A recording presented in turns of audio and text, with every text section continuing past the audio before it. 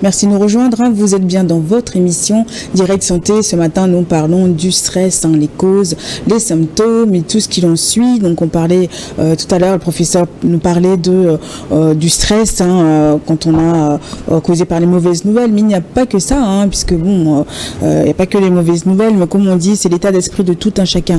Donc, c'est comment chacun reçoit l'information. Donc, c'est ça aussi qui agit sur notre corps. Donc, tout à l'heure, professeur, vous parliez on parlait du stress avec les mauvaises nouvelles. Oui, les mauvaises nouvelles, c'est pas il n'y a pas que ça. Oui, non. Voilà. Les bonnes aussi donnent du stress. Supposons que on vous annonce que vous allez vous marier. C'est une bonne nouvelle, mais ça entraîne derrière du stress. Et comment la personne va gérer cette bonne nouvelle, c'est ça aussi. Donc des fois, cette gestion, quand la personne ne gère pas correctement cette bonne nouvelle aussi, ça donne du stress. Et derrière, c'est pas la fragilité du cerveau, non? Non, en fait, c'est la personnalité. Bon, maintenant, le cerveau a une part dans cette personnalité, mais c'est la personnalité de l'individu. Oui. Et de ce sujet. Donc, ce n'est pas forcément c'est pas que le cerveau. C'est vrai que le cerveau participe, mais c'est pas que. Et donc, la personnalité de tout un chacun joue énormément. C'est pour cela que le stress diffère d'un individu à un autre. Donc, et la manière dont une personne va gérer un stress dépendra de sa culture, de son éducation, de comment son environnement dans lequel il a vécu, dans lequel il a grandi, etc. C'est tout ceci qui fait que, c'est tout ensemble qui fait que la personne sera plus ou moins outillée à gérer correctement ou pas le stress. Donc quand la personne n'est pas très bien outillée, c'est-à-dire que durant son éducation dès le bas âge jusqu'à l'âge adulte et il y a des soucis, et si la personne n'a pas appris à relativiser un certain nombre de faits, vous verrez que cette personne aura du mal à gérer tout ce qui va lui arriver, de bon comme de mauvais. C'est-à-dire que quand une bonne nouvelle arrive, ça va le stresser. Quand une mauvaise nouvelle arrive, ça va le stresser. Et donc, cet état permanent de stress venant de gauche à droite, va le rendre malade à un moment donné. Parce que l'organisme sera dépassé par cette mauvaise gestion de tout ce qui lui arrive. Voilà. Mais après, ça cause quoi exactement? C'est les causes, en fait, les conséquences d'un stress permanent. Les toutes premières maladies, c'est l'ulcère gastro-duodénal. Bon, c'est ce que nous appelons ulcère. Oui, c'est une des premières causes. Maintenant, ça donne l'hypertension artérielle, avec toutes ses conséquences. Ça donne le diabète, avec toutes ses conséquences. Ça donne les AVC, dont on a parlé ici, parce que quand vous n'arrivez pas à gérer votre stress, finalement, ça fait péter les vaisseaux ou bien ça le bouche, ça fait passer par le diabète ou l'hypertension artérielle, ou des fois, la manière dont les personnes gèrent ce stress, c'est-à-dire que certains ça donne à l'alcool ou à la cigarette, et on voit que lorsque vous y adonnez, c'est qu'il y a une augmentation de consommation de ces substances psychoactives. Ça peut être la drogue aussi, certains parce qu'ils sont stressés, ils sont obligés de s'adonner à des drogues, les drogues illicites, parce que il y a les drogues licites bien sûr, et les drogues illicites, tout ce qui est drogue entraîne les mêmes conséquences. Bon, il y a certains qui sont tolérés et d'autres pas. Donc quand ces drogues sont prises de façon inappropriée, derrière, ça donne énormément de maladies dont je viens de citer une partie. Maintenant, même sur le plan sexuel, certains, ça les inhibe complètement. Et certains viennent consulter parce que, ils pensent qu'ils sont devenus impotents, alors que c'est le stress, c'est rien du tout.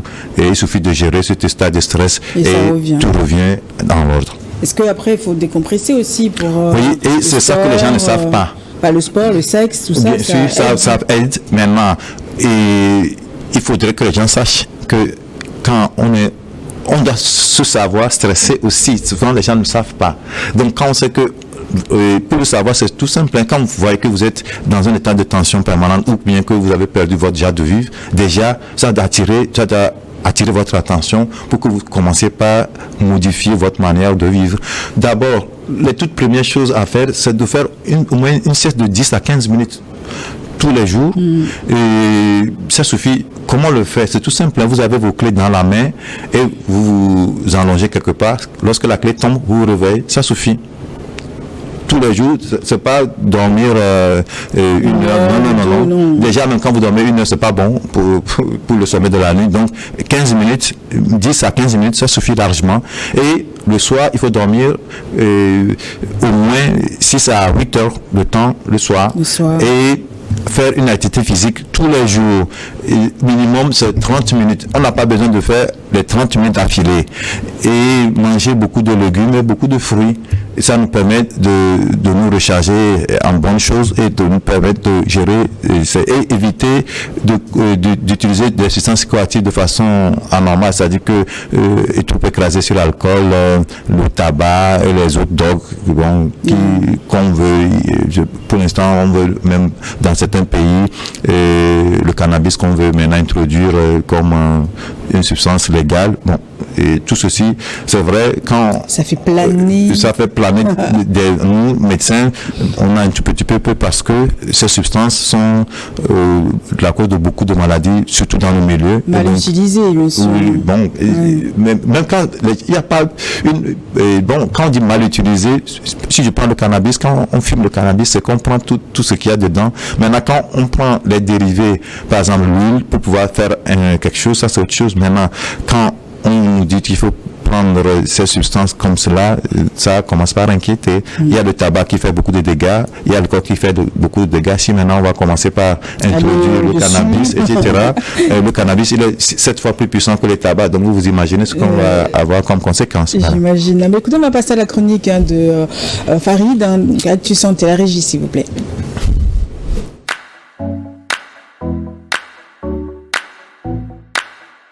La dame, hein. Alors, Farid. Hello, ici. Ça va? Ouais, et toi? Pas stressé, hein? Non, du tout. Zen. Moi, je suis toujours zen, hein. Qu'est-ce que tu as pour nous aujourd'hui? Hello, professeur. Bonjour, ça va? Aujourd'hui, on va parler de comment faire pour prendre soin des artères. J'aimerais un peu revenir sur le stress aussi, un peu, parce que le stress aussi...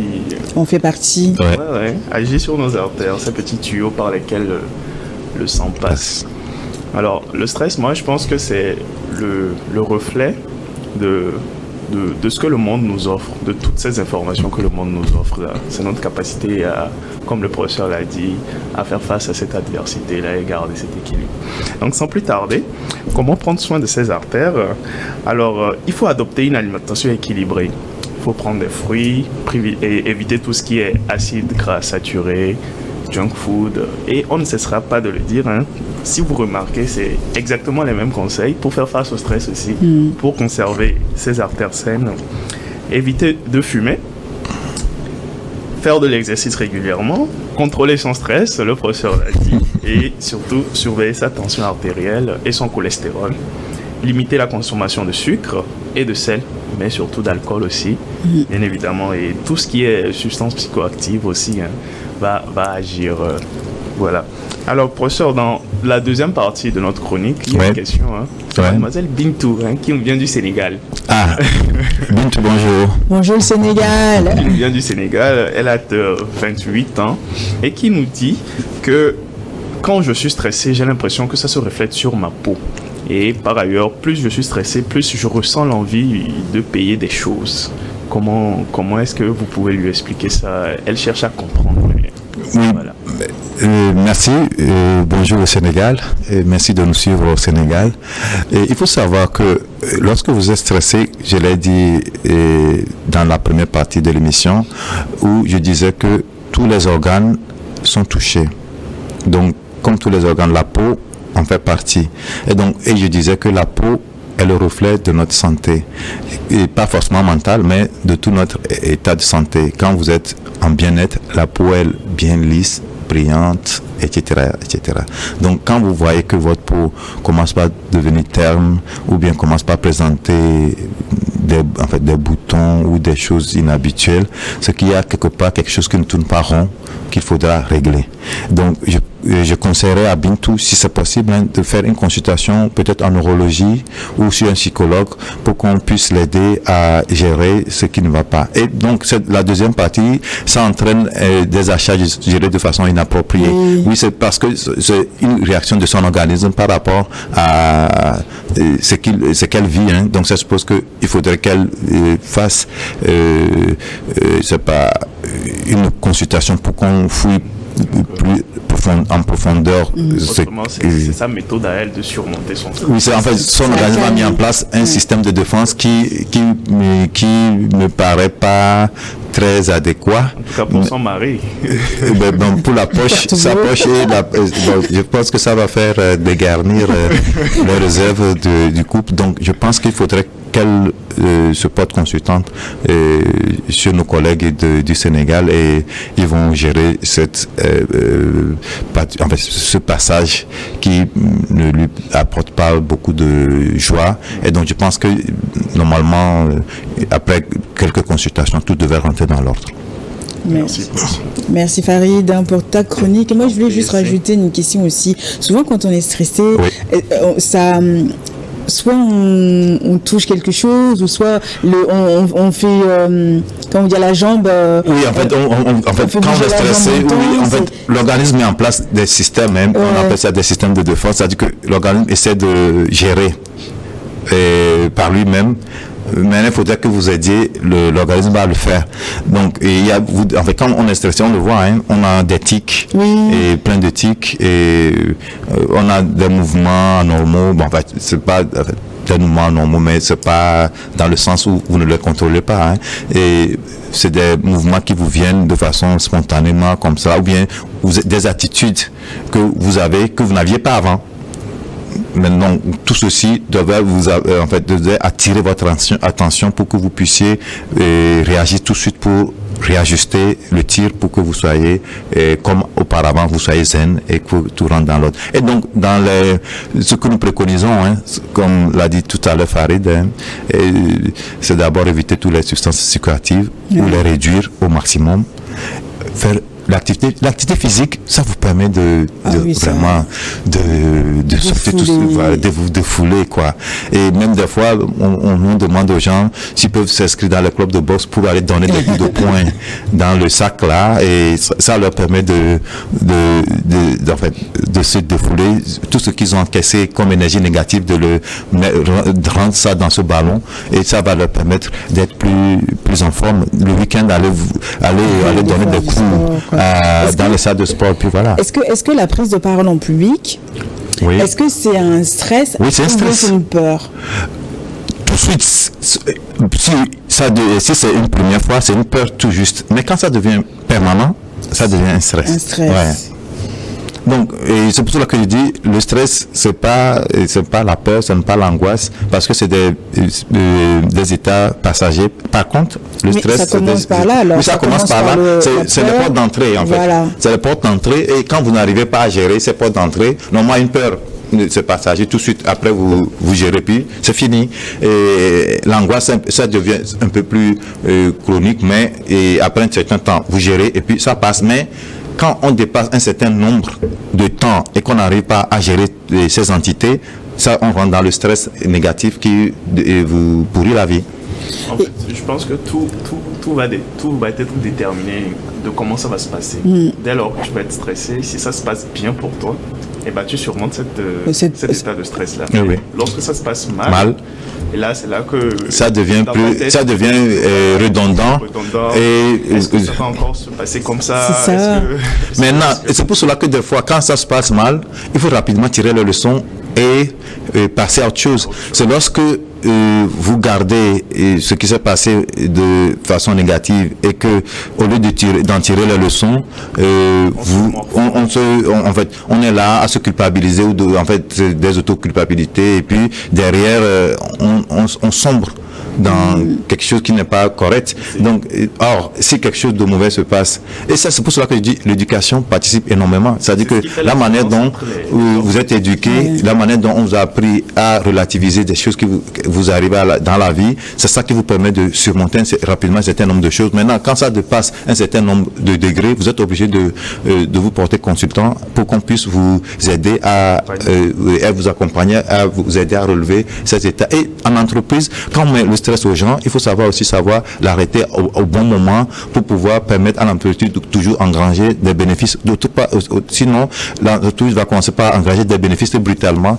Elle va commencer par débourser des sommes pour pouvoir traiter les malades qui vont apparaître dans la société, parce que quand vous n'arrivez pas à arrêter à temps ce stress que vous avez créé pour pouvoir augmenter le rendement, c'est que derrière les gens deviennent malades. Donc maintenant dans tout ça là, il y a certains qui résistent pendant longtemps, d'autres pas. Donc c'est pour cela qu'il faudrait qu'il y ait des évaluations régulières pour pouvoir savoir qui sont ceux qui arrivent à résister mieux que d'autres. Et quand on voit qu'il y a certains qui sont assez fragiles, mettre des dispositifs pour pouvoir les aider à surmonter ces stress et à leur permettre d'être toujours productifs. Et donc, pourquoi ça pas ricocher, il faut s'auto-évaluer aussi. Oui, l'auto-évaluation, mais souvent les gens ne savent pas le faire. Oui, les gens ne savent même pas qu'ils sont stressés. C'est ça même le problème, c'est lorsque les maladies... on se rend compte, puisque à un moment donné, quand ça va loin, oui, c'est en ce moment on est déjà malade. Après. Oui. On est déjà malade. C'est-à-dire que, moi je dis déjà, quand vous perdez votre joie de vivre, il faudrait que vous posiez des questions. Oui. C'est-à-dire que pour un oui ou un non, ou vous qui étiez assez calme, vous devenez un peu, je dirais, violent, mais il faut savoir que quelque chose ne tourne plus rond. Maintenant, il ne faut pas attendre que vous soyez déjà malade, c'est-à-dire que vous présentez des maux de tête, que vous ayez l'hypertension artérielle, ou bien que vous ayez un ulcère. Ça pousse aussi des plaques. Il y avait pour certaines personnes, la peau commence par gratter, on perd les cheveux chez les femmes, on perd les cheveux, en fait les yeux, même les sourcils commencent par devenir, par tomber. Donc bon, maintenant c'est vrai que les femmes les rasent souvent, mais bon, et chez les hommes c'est plus simple à voir parce qu'ils n'ont pas l'habitude de les raser. Donc on voit que l'épilement de la personne commence par s'appauvrir. Donc il y a ce qui est un souci. Bon, ceux qui sont chauds, on voit que ça devient plus rapide. Les femmes, leurs cheveux qui étaient assez épais commencent par diminuer d'épaisseur, etc. Il faudrait que vous sachiez que tout ça là, c'est qu'il y a quelque chose qui ne tourne pas rond. Ouais. Parce que si on veut donner tous les signes par organe, je pense pas que nous allons nous en sortir. Clair, mais déjà, du moment où vous sentez que votre choix de vivre, c'est le tout premier signe, n'est plus là, vous êtes très irritable. Déjà, il faudrait que vous arriviez à réajuster le tir par une petite sieste si vous n'en aviez pas avant. Et si déjà vous voyez que votre sommeil commence par être modifié, vous êtes obligé de vous réveiller tôt ou bien de vous endormir tard. Donc, c'est qu'il y a quelque chose. Parce que quand vous voyez les enfants dorment toujours tranquilles, ils se réveillent à l'heure habituelle, parce qu'ils ne sont pas stressés. Mais quand on devient adulte, les problèmes de la vie, le quotidien, et qu'on n'arrive pas à gérer, et on devient stressé, et ça nous altère le sommeil. Merci beaucoup, professeur. On est arrivé à la fin de cette émission. Merci d'être vraiment venu nous accompagner tout au long de ce mois pour parler de tout, du stress, le cœur, tout ce qui va avec. Merci beaucoup, Farid aussi, pour tes chroniques. Merci pour ta présence. Merci à notre partenaire Voltic. Merci à Richard et à Fofo à la régie. Et puis un grand merci à vous tous qui nous suivez, mais d'un peu partout. Ça fait plaisir. Ça fait vraiment plaisir. Tout à l'heure, Farid parlait du Sénégal, mais il n'y a pas que le Sénégal. Il y a le Niger, il y a Abidjan, il y a d'autres pays et tout. Franchement, il y a le Bénin. Merci. Et puis bon, on se donne vraiment à fond pour vous donner le meilleur de nous-mêmes. On se retrouve demain pour une nouvelle aventure. Bye bye.